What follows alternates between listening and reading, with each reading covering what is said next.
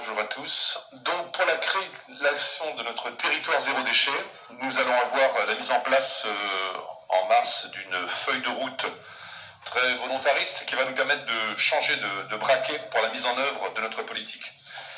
Alors ce territoire zéro déchet, bien évidemment, ça tient lieu de la collecte de ces déchets, de l'enlèvement des encombrants, des dépôts sauvages, que nous nommerons délinquance environnementale parce que les mots ont leur importance, la gestion des refus ultimes, le tri et la valorisation, donc la déchetterie, Déméter pour les recyclables secs, améthyste, que vous connaissez bien, la gestion et valorisation des biodéchets, des déchets verts et du compostage, qui est une des clés de notre politique, l'économie circulaire, le réemploi, la réutilisation, le recyclage et les ressourceries, ça c'est ce qui va nous permettre de créer de l'emploi avec notre politique de transition écologique du traitement des déchets.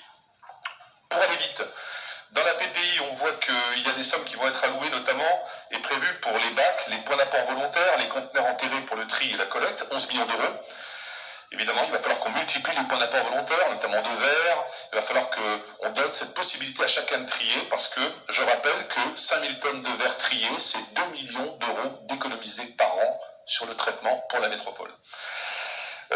Ensuite, on a la modernisation des déchetteries et de Déméter et la création de plateformes de biodéchets. Je rappelle que nous allons gérer les déchets verts, c'est-à-dire les 35 000 tonnes de déchets verts, pour qu'ils trouvent des exutoires sur le territoire de la métropole ou en périphérie et ne plus les exporter.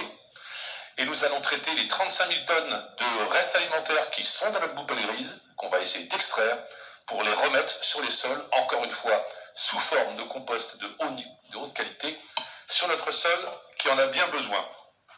Enfin, les ressourceries, on a prévu 4 millions d'euros afin de pouvoir relancer et inscrire dans le territoire un véritable réseau de ressourceries.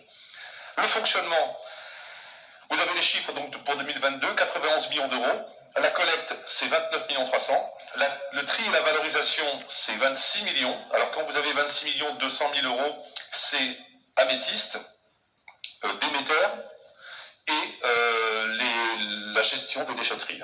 Donc ce chiffre, c'est la globalité. Le plan des biodéchets, 1,2 million d'euros.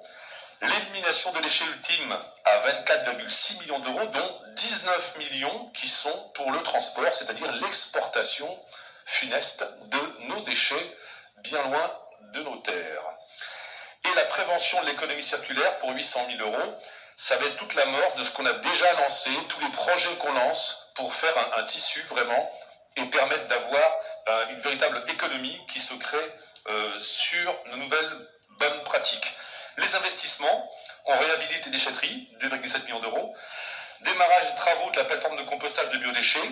Alors, petit budget parce que c'est long à se mettre en place, mais ça va démarrer sur la première plateforme qui va nous permettre de traiter en proximité. L'acquisition de composteurs collectifs individuels et des équipements de pré-collecte pour 2,6 millions d'euros. Et l'acquisition de véhicules de collecte. Alors, c'est les camions, vous savez, les bennes au gaz naturel. Nous renouvelons le parc au fur et à mesure, si j'ose dire. Et là, nous aurons donc 1,5 million d'euros pour cela, pour la régie.